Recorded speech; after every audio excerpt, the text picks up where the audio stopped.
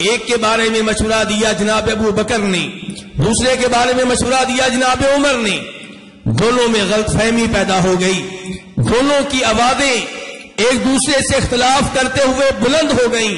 اللہ رب العزت نے آسمانوں سے تنبیہ نازل فرمائی اور کہا اے ایمان والو لا ترفعوا اصواتکم فوق صوت النبی، تمہاری آواز کبھی بھی ہمارے نبی کی آواز سے بلند نہ ہونے پائے۔ ابو بکر و عمر کو بھی اس بات کی اجازت نہیں ہے کہ ان کی آواز نبی علیہ الصلوۃ والسلام کی آواز سے بلند ہو، کسی اور کو اجازت کیسے مل سکتی ہے؟ اللہ تعالیٰ وارننگ دیتے ہیں ان تحبط اعمالکم وانتم لا تشعرون، اگر تمہاری آواز ہمارے نبی کی آواز سے بلند ہو گئی، اگر تم نے ہمارے نبی کو عام انسانوں کی طرح آواز دی تو تمہارے نیک اعمال ضائع ہو جائیں گے، تمہارا حج ضائع ہو جائے گا، تمہارا جہاد ضائع ہو جائے گا، تمہاری تہجدیں ضائع ہو جائیں گی، تمہاری تلاوتیں ضائع ہو جائیں گی اور تمہیں پتہ بھی نہیں چلے گا۔ آج نبی علیہ السلام کی آواز کیا ہے؟ آپ کی احادیث آپ کی آواز ہے۔ اگر ہم میں سے کوئی آپ کی حدیث پہ اپنی رائے کو، اپنی عقل کو، اپنی برادری کو، اپنے مسلک کو، اپنے بزرگوں کو، اپنے امام کو فوقیت دیتا ہے، ترجیح دیتا ہے، آپ کی حدیث کو نظر انداز کر دیتا ہے، مسلک کی وجہ سے، امام کی وجہ سے، ملک کے آئین کی وجہ سے، اپنی جماعت کی وجہ سے، اپنی برادری کی وجہ سے، تو اس نے نبی علیہ الصلوۃ والسلام کی آواز سے کسی اور کی آواز بلند کی ہے۔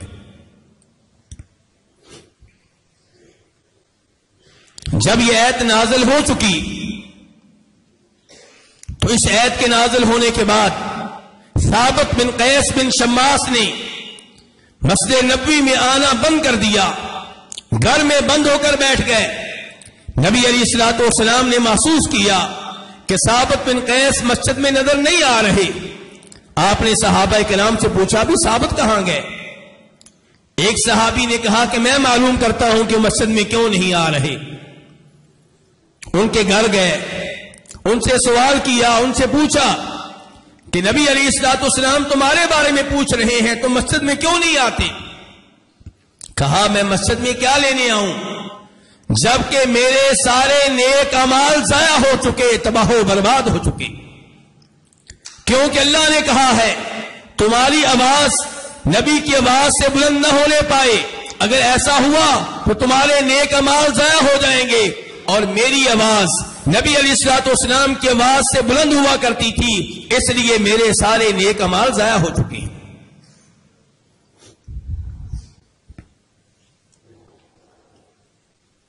یہاں سے اندازہ کیجئے کہ صحابہ کرام ہر آیت کے بارے میں سمجھتے تھے کہ یہ آیت میرے لیے نازل ہوئی ہے، اور ہم کیا سمجھتے ہیں کہ یہ آیت میرے لیے نہیں کسی اور کے لیے ہے۔ میں تو متقی ہوں، پرہیزگار ہوں، پکا جنتی ہوں، میرا کوئی مسئلہ نہیں ہے، مسئلہ میرے رشتہ داروں کا ہے، میرا مسئلہ نہیں، مسئلہ میرے پڑوسیوں کا ہے، میرا مسئلہ نہیں، مسئلہ میرے دوستوں کا ہے۔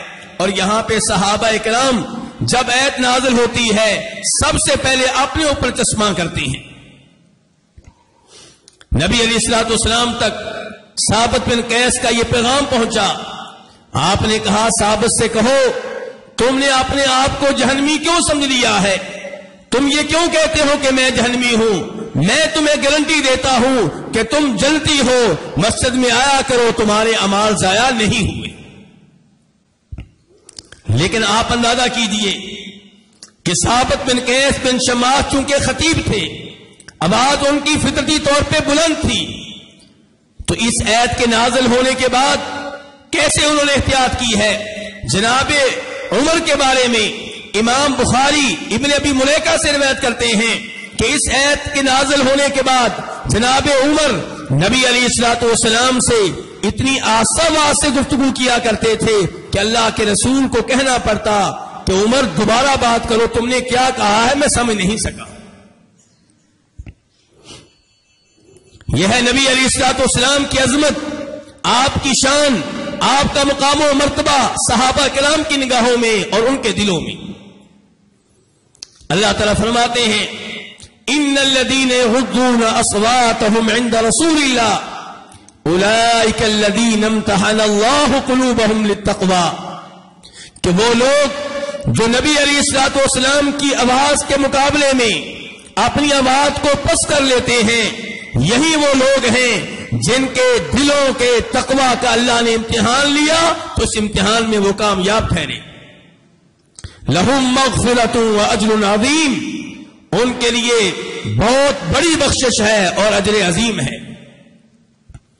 مسلسل 3 آیات میں اللہ رب العزت جو تعلیمات دے رہے ہیں ان کا مفہوم کیا ہے کہ میرے نبی کی تعظیم کرو صلی اللہ علیہ وسلم۔ اس کے بعد 4 اور 5 آیت بھی اللہ کے رسول کی تعظیم پہ مشتمل ہیں۔ چنانچہ اللہ تعالیٰ فرماتے ہیں ان الذین ینادونک من وراء الحجرات اکثرهم لا یعقلون، کہ اے ہمارے نبی جو لوگ آپ کو حجروں کے باہر سے آوازیں دیتے ہیں اور آپ کے باہر نکلنے کا انتظار نہیں کرتے، ان میں سے اکثر بے عقل ہیں۔ دیکھ لیجیے اللہ رب العزت نے ان مسلمانوں کو، ان مومنوں کو بے عقل قرار دیا جو نبی علیہ الصلوۃ والسلام کو باہر سے آواز دیں، یعنی کہ یہ آپ کی شان کے خلاف ہے، آپ کی تعظیم کے خلاف ہے۔ وَلَوْ أَنَّهُمْ صَبَرُوا حَتَّى تَخْرُجَ إِلَيْهِمْ لَكَانَ خَيْرًا لَهُمْ، اللہ تعالیٰ فرماتے ہیں اگر وہ صبر سے کام لیتے، آپ کے گھر سے نکلنے کا انتظار کرتے تو یہ ان کے لیے زیادہ بہتر تھا اور اس پہ انہیں اللہ کی طرف سے اجر عظیم ملتا۔ تو یہ 5 آیات سورہ حجرات کے آغاز میں نبی علیہ الصلوۃ والسلام کی تعظیم کا درس دے رہی ہیں۔ قرآن کریم کے دیگر بہت سے مقامات ایسے ہی ہیں۔ ایک اور مقام آپ کے سامنے رکھوں گا، سورہ احزاب، اللہ تعالیٰ کہتے ہیں یا ایھا الذین آمنوا لا تدخلوا بیوت النبی الا ان یؤذن لکم الی طعام غیر ناظرین اناہ، اے ایمان والو تمہیں ہمارے نبی کے گھر میں داخل ہونے کی اجازت نہیں ہے۔ یہ آپ کی تعظیم ہے۔ اس کے بعد کہا گیا لیکن اگر تم میں سے کسی کو خود نبی علیہ الصلوۃ والسلام کھانے کی دعوت دیں تو اسے آپ کے گھر میں داخل ہونے کی اجازت ہے، لیکن تب آئے جب کھانا تیار ہو چکا ہو۔ کھانا تیار ہونے سے پہلے آپ کے گھر میں آ کر بیٹھ جانا، آپ کو تنگ کرنا، آپ کو تکلیف دینا، اس کی کسی کو بھی اجازت نہیں ہے۔ یہ آپ کی تعظیم کا اعلان ہو رہا ہے۔ اس کے بعد فرمایا کہ کھانا کھا لینے کے بعد کیا کرنا ہے؟ کھانا کھا لینے کے بعد آپ کے گھر سے نکل جانا ہے۔ وَلَا مُسْتَأْنِسِينَ لِحَدِيثٍ، باہمی گفتگو کرنے کے لیے وہاں پہ بیٹھے رہنا تمہیں اس بات کی بھی اجازت نہیں ہے۔ صحابہ کرام جیسی عظیم ہستیوں کو یہ آداب سکھائے جا رہے ہیں، آپ کی تعظیم کا درس دیا جا رہا ہے۔ ان ذالکم کان یؤذی النبی فیستحیی منکم، کہ ہمارے نبی شرم و حیا والے ہیں، شرمیلے ہیں، انہیں تکلیف ہوتی ہے جب تم اجازت کے بغیر ان کے گھر میں آتے ہو، انہیں تکلیف ہوتی ہے جب تم دعوت کے موقع پہ پہلے سے آ کر بیٹھ جاتے ہو، انہیں تکلیف ہوتی ہے جب دعوت کے بعد، کھانا کھا لینے کے بعد گفتگو کرنے کے لیے بیٹھے رہتے ہو، لیکن آپ تمہیں کچھ نہیں کہتے کیونکہ آپ شرماتے ہیں۔ واللہ لا یستحیی من الحق، لیکن اللہ تعالیٰ اس حق بات سے شرمانے والے نہیں ہیں۔ اللہ نے یہ حق بیان کر دیا، اللہ نے تمہیں نبی علیہ السلام کی تعظیم کا یہ درس دے دیا۔ وَإِذَا سَأَلْتُمُوهُنَّ مَتَاعًا فَاسْأَلُوهُنَّ مِنْ وَرَاءِ حِجَابٍ، نبی علیہ الصلوۃ والسلام کی تعظیم کا یہ بھی حصہ ہے کہ آپ کی بیویاں ایک عظیم انسان کی بیویاں ہیں، اس لیے ان سے پردے کے بغیر بات کرنے کی اجازت نہیں ہے۔ ان سے بات تب کی جائے جب تمہارے درمیان اور ان کے درمیان کوئی پردہ ہو۔ ذالکم اطہر لقلوبکم وقلوبہن، یہ تمہارے دلوں کی پاکیزگی کے لحاظ سے اور ان بیویوں کی دلوں کی پاکیزگی کے لحاظ سے بہت بہتر ہے۔ فرمایا اللہ رب العزت نے کہ تمہیں اس بات کی اجازت نہیں ہے کہ ہمارے نبی کو کسی بھی طریقے سے دکھ دو، تکلیف دو، اور نہ ہی تمہیں اس بات کی اجازت ہے کہ آپ کی بیویوں سے آپ کے فوت ہو جانے کے بعد نکاح کرو۔ یہ آپ کی تعظیم کا اعلان ہے، آپ کی شان کا اعلان ہے۔ عام انسان فوت ہو جائے، شریعت ترغیب دیتی ہے کہ اس کی وائف سے شادی کر لے، نکاح کر لے، لیکن نبی علیہ السلام کی باری آتی ہے تو صحابہ کرام سے قرآن میں اللہ تعالیٰ کہہ رہے ہیں کہ میرے نبی کی کسی بھی بیوی سے نکاح کرنے کی تمہیں اجازت نہیں ہے۔ ان ذالکم کان عند اللہ عظیما، ہمارے نبی کو کسی بھی طریقے سے دکھ دینا، ہمارے نبی کی کسی بھی بیوی سے آپ کے فوت ہو جانے کے بعد نکاح کرنا کوئی چھوٹا جرم نہیں ہے۔ ان ذالکم کان عند اللہ عظیما، اللہ کی نگاہوں میں بہت بڑا جرم ہے۔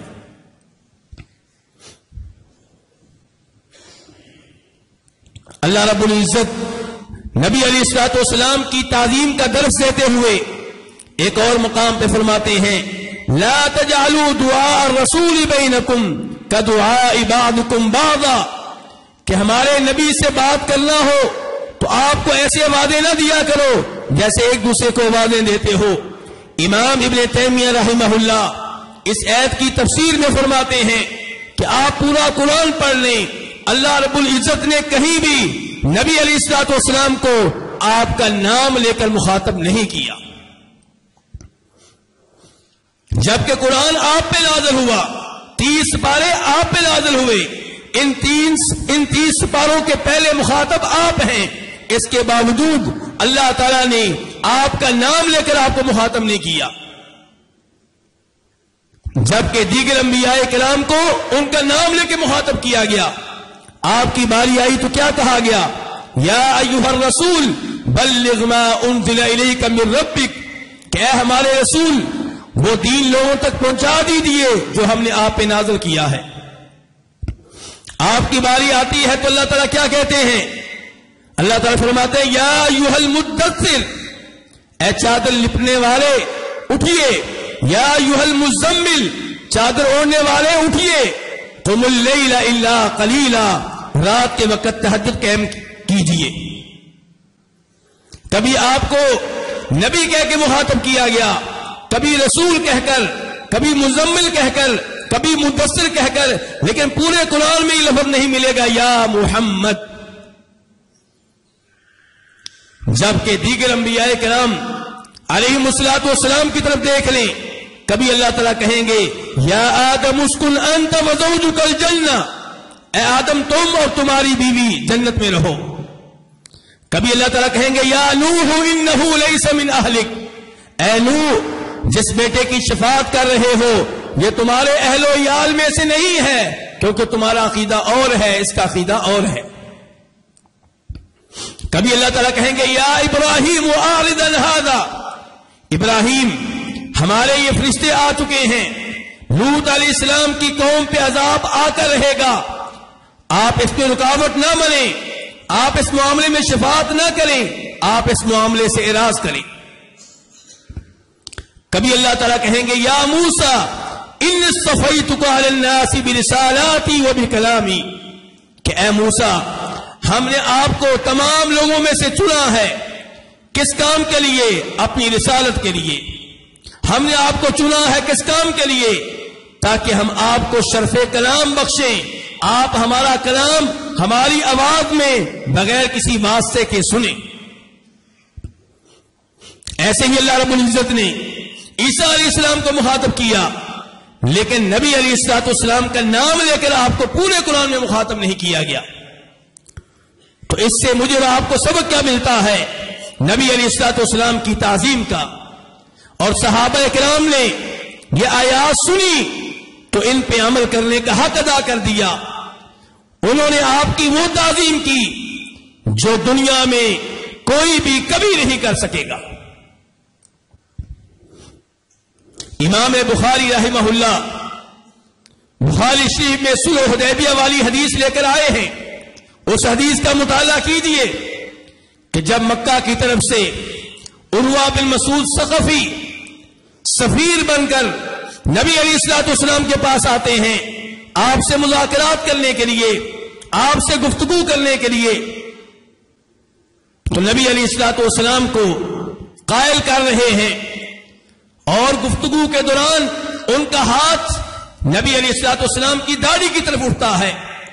آپ کے قریب آپ کے عظیم صحابی مغیرہ بن شعبہ کھڑے ہیں اور عروہ بن مسعود ثقفی کے رشتہ دار ہیں، لیکن خوت پہنا ہوا ہے، اس لیے عروہ بن مسعود انہیں پہچان نہیں سکے۔ مغیرہ کے ہاتھ میں تلوار ہے، نبی علیہ الصلوۃ والسلام کی حفاظت کے لیے عروہ آپ کو قائل کر رہے ہیں، ساتھ ساتھ آپ کی داڑھی کو ہاتھ لگاتے ہیں۔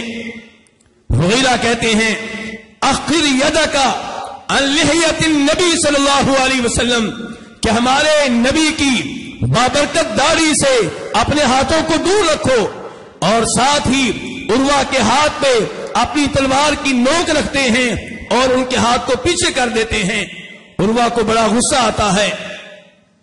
عروہ کہتے ہیں کہ یہ کون ہے؟ کہا جاتا ہے کہ مغیرہ بن شعبہ ہیں۔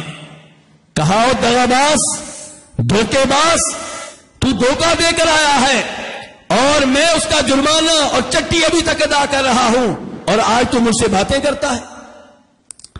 لیکن دیکھیے مغیرہ بن شعبہ کس قدر نبی علیہ السلام کی تعظیم کرتے ہیں۔ عروہ بن مسعود اگر میں بھول نہیں رہا تو ان کے چچا ہیں، اس چچا سے کہہ رہے ہیں اپنے ہاتھ پیچھے کرو، کیونکہ یہ نبی علیہ السلام کی داڑھی ہے اور وہ چچا کے ہاتھ ہیں، اور چچا ابھی تک مسلمان نہیں ہوا۔ اس کے بعد عروہ بن مسعود جب مکہ والوں کے ہاں پہنچتے ہیں، انہیں رپورٹ دینے کے لیے، مذاکرات کا خلاصہ بتانے کے لیے، تو مکہ والوں سے کیا الفاظ کہے، قابل غور ہے میرے بھائیوں، قابل توجہ ہیں۔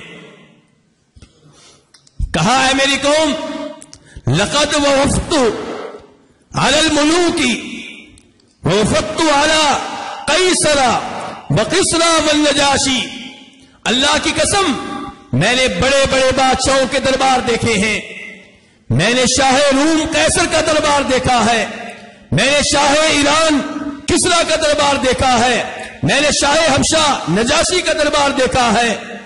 اللہ کی قسم اٹھا کے کہتا ہوں جتنی تعظیم محمد کی محمد کے ساتھی کرتے ہیں، جتنی تعظیم محمد کی محمد کے اصحاب کرتے ہیں، اتنی تعظیم میں نے دنیا کے کسی بادشاہ کی اس کے ساتھیوں کی طرف نہیں دیکھی۔ اس تعظیم کی گواہی کون دے رہے ہیں؟ عروہ، اور اس وقت تک مسلمان نہیں ہوئے۔ کہہ رہے ہیں کہ جتنی تعظیم محمد کے ساتھی محمد کی کرتے ہیں صلی اللہ علیہ وسلم، اتنی تعظیم دنیا کے کسی بادشاہ کی اس کے سپاہی اس کے ساتھی نہیں کرتے۔ اور مزید کہا کہ اللہ کی قسم میں نے اپنی آنکھوں سے دیکھا ہے، یہاں پہ یہ صورتحال ہے کہ محمد تھوکنے لگتے ہیں تو آپ کے یہ اصحاب اپنے ہاتھ پھیلا دیتے ہیں، آپ کی تھوک کو زمین پہ نہیں گرنے دیتے، کسی نہ کسی کی ہتھیلی پہ تھوک گرتی ہے، اور وہ بڑے ہی پیار سے بڑی ہی محبت سے اس تھوک کو اپنے چہرے اور اپنے جسم پہ مل لیتا۔ یہاں پہ یہ صورتحال ہے کہ اذا امرہم ابتدروا امرا، جب آپ کو آرڈر دیتے ہیں تو ہر صحابی کی کوشش ہوتی ہے کہ اس آرڈر پہ میں دوسرے سے پہلے عمل کروں۔ یہاں پہ تردد نہیں ہے، چونکہ چنانچہ نہیں ہے، اگر مگر نہیں ہے، ہر صحابی کی کوشش ہے کہ میں دوسرے سے پہلے آپ کے حکم کی تعمیل کروں۔ وَإِذَا تَوَضَّأَ كَادُوا يَقْتَتِلُونَ عَلَى وُضُوئِهِ، جب آپ وضو کرتے ہیں تو آپ کے اصحاب یوں لگتا ہے کہ آپ کے وضو کے بچے ہوئے پانی کو حاصل کرنے کے لیے ایک دوسرے سے لڑ پڑیں گے۔ وَإِذَا تَكَلَّمَ خَفَضُوا أَصْوَاتَهُمْ إِجْلَالًا لَهُ، اور جب آپ کلام کرتے ہیں، گفتگو کرتے ہیں، تو سب کی آوازیں پست ہو جاتی ہیں، کوئی گفتگو کرنے کی جرت نہیں کرتا آپ کی تعظیم کی وجہ سے، بلکہ تعظیم کا یہ حال ہے کہ ما یحدون النظر الی، وہ آپ کو جی بھر کر دیکھتے نہیں ہیں۔ کیوں؟ تعظیم اور ہیبت اتنی ہے کہ آپ کو جی بھر کر دیکھنے کی جرت ہی نہیں ہے۔ یہ ہے نبی علیہ السلام کی تعظیم صحابہ اکرام کی نگاہوں میں۔ عمر بن عاص کہا کرتے تھے، مسلم شریف کی حدیث ہے کہ اللہ کی قسم، جب سے میں نے کلمہ پڑھا ہے، جب سے میں نے اسلام قبول کیا ہے، میری نگاہوں میں آپ سے بڑھ کر محبوب کوئی نہیں ہے، آپ سے بڑھ کر مجھے کسی سے محبت نہیں ہے، اور میری نگاہوں میں آپ سے بڑھ کر کوئی عظیم نہیں ہے، سب سے زیادہ میں تعظیم آپ ہی کی کرتا ہوں۔ عمر بن عاص مزید کہتے ہیں کہ میں نے کبھی بھی آپ کو جی بھر کر نہیں دیکھا، کس لیے؟ آپ کی تعظیم کی وجہ سے، آپ کی عظمت کی وجہ سے، آپ کی شان کی وجہ سے، آپ کے مقام و مرتبہ کی وجہ سے۔ اگر آج مجھ سے کوئی کہے کہ جناب محمد صلی اللہ علیہ وسلم کا حلیہ بیان کرو، اللہ کی قسم میں بیان نہیں کر سکوں گا، کیونکہ میں نے کبھی بھی جی بھر کر آپ کو دیکھا ہی نہیں۔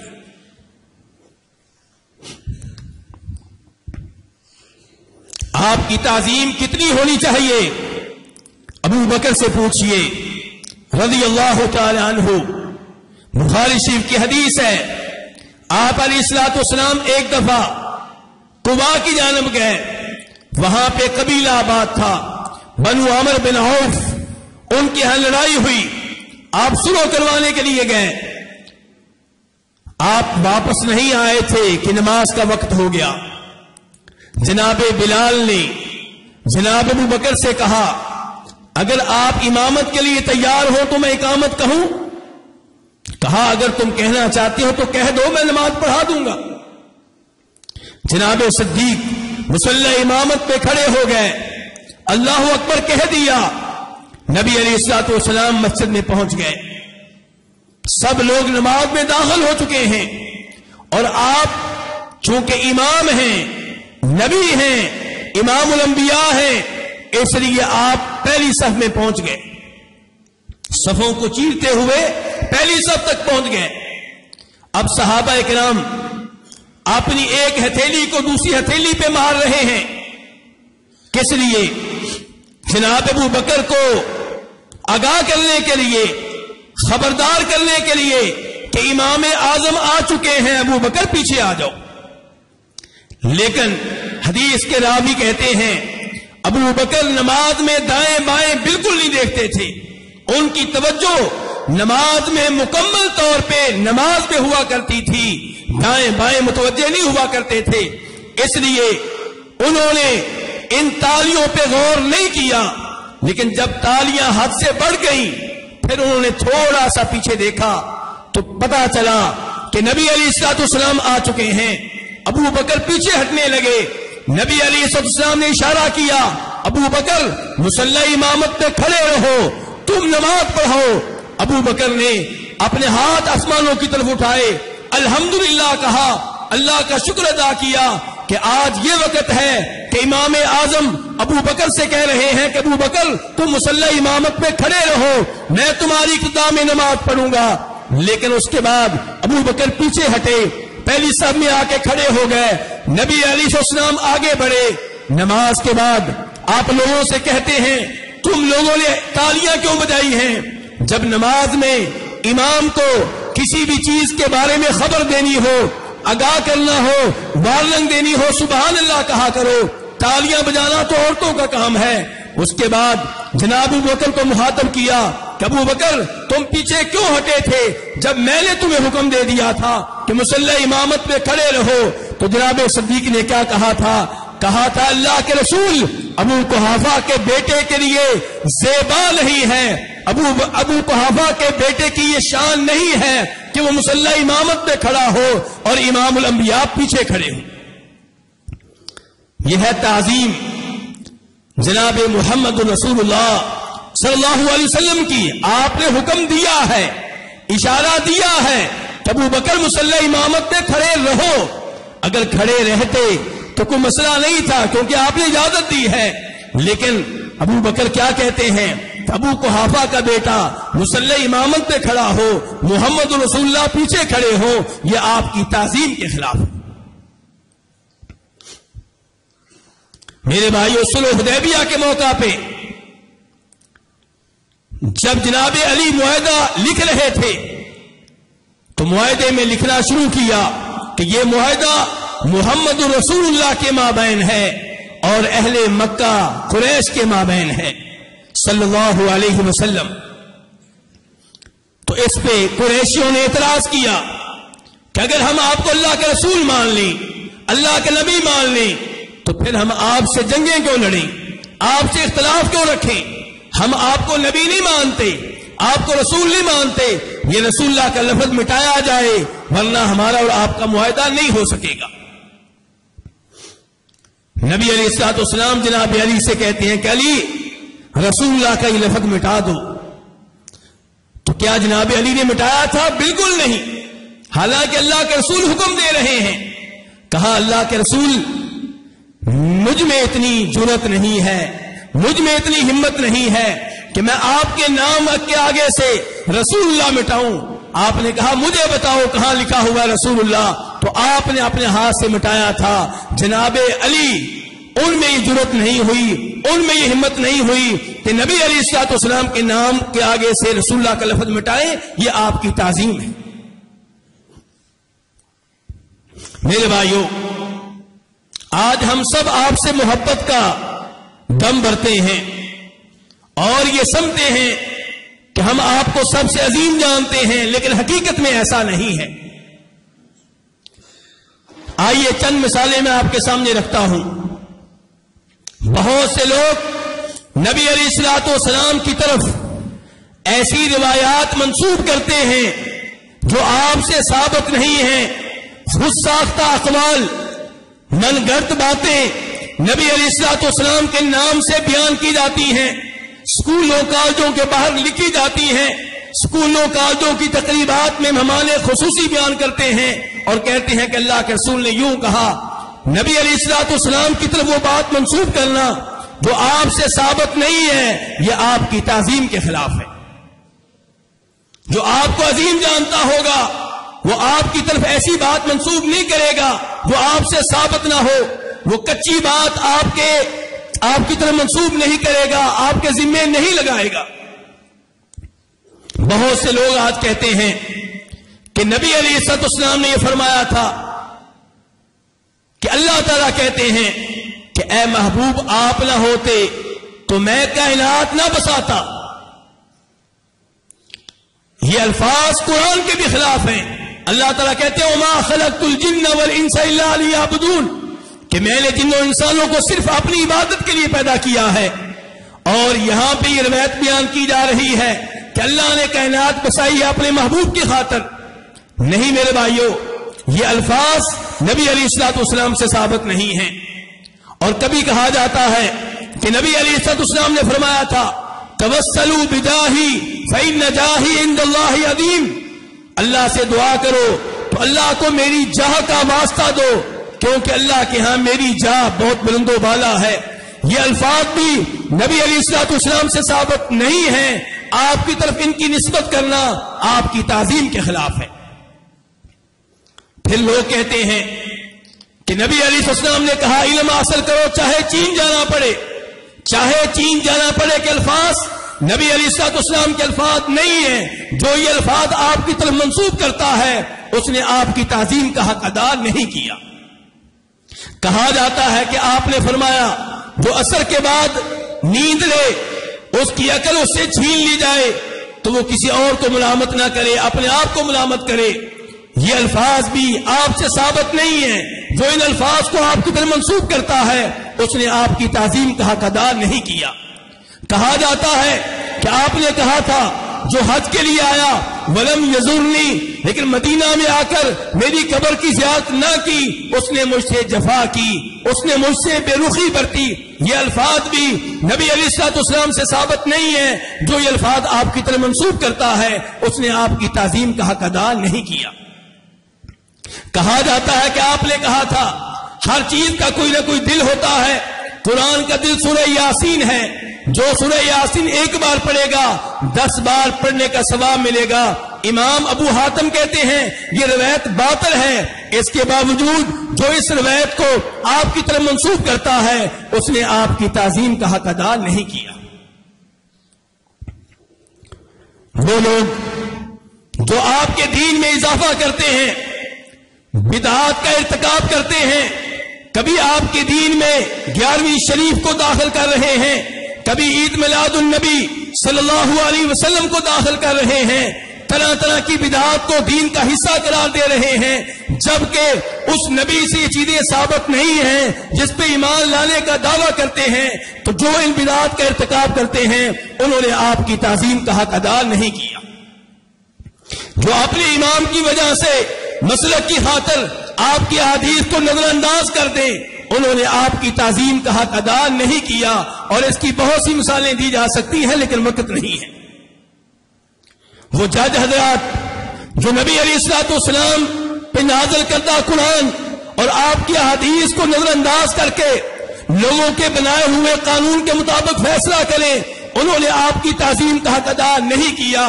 اس کی زندہ مثال اس لڑکی کا نکاح ہے جس کو آرزو کہا جاتا ہے. سندھ کی لڑکی 14 سال کی عیسائی سے مسلمان ہوئی، مسلمان سے نکاح کیا، مسلمان ججوں نے فیصلہ کیا یہ نکاح غلط ہے کیونکہ بچی کی عمر ابھی صرف 14 سال ہے.